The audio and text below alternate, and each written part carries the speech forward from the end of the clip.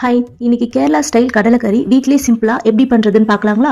முதல்ல 8 மணி நேரம் ஊற வச்ச கருப்பு சுண்டலை ஒரு குக்கர்ல சேர்த்துட்டு கொஞ்சமா மஞ்சத்தூள், 2 பட்டை, 2 லவங்கம், ஒரு ஏலக்காய், தேவையான அளவு உப்பு, கொஞ்சமா தண்ணி ஊற்றி குக்கரை மூடிட்டு ஒரு 8 விசிலுக்கு விட்டுடலாம். இப்போ ஒரு பேனில் கொஞ்சமாக எண்ணெய் ஊற்றிட்டு துருகின அரைக்கப்பு அளவு உள்ள தேங்காய், ஒரு 10லேருந்து 12 சின்ன வெங்காயம், கொஞ்சமாக கருவேப்பிலை, மசாலா வந்து பார்த்திங்கன்னா தனி மிளகாய் தூள், தனியாத்தூள், கரம் மசாலா, கொஞ்சமாக மஞ்சத்தூள், இது எல்லாத்தையும் சேர்த்துட்டு நல்லா கலந்து விட்டுக்கோங்க. மசாலாவுடைய அளவு வந்து பார்த்திங்கன்னா எல்லாமே ஒவ்வொரு டேபிள் ஸ்பூன் போட்டாலே போதும்.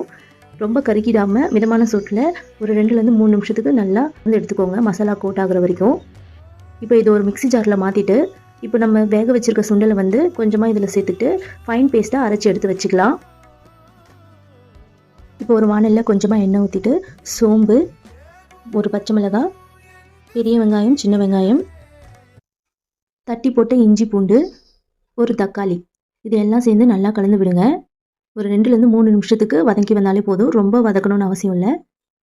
இப்போ நம்ம வேக வச்சுருக்க கருப்பு சென்னாவை இதில் சேர்த்துக்கலாம். அந்த தண்ணியோடய சேர்த்துக்கோங்க. எல்லாம் சேர்த்து நல்லா கலந்து விட்டு ஒரு 2 கொதி வந்ததும் நம்ம அரைச்சி வச்சுருக்க தேங்காய் பேஸ்ட்டை இதில் சேர்த்துக்கலாம். இதில் உங்களுக்கு தேவையான அளவு எவ்வளோ தண்ணி வேணுமோ அந்தளவுக்கு தண்ணி ஊற்றிக்கோங்க. குழம்பு கெட்டியாக வேணும்னா தண்ணி கம்மியாக ஊற்றிக்கோங்க. ஆனால் இந்த குழம்புக்கு தண்ணி அதிகமாக ஊற்றினா தான் நல்லாயிருக்கும். கொஞ்சம் ஒரு 2 நிமிஷம் கொதித்து வந்ததும் இதில் தாளிப்பு சேர்த்துக்கலாம். தேங்காய் எண்ணெயில் கடுகு, கருவேப்பிலை போட்டு தாளித்து இதில் சேர்த்துக்கோங்க. டேஸ்ட் ரொம்ப சூப்பராக இருக்கும்.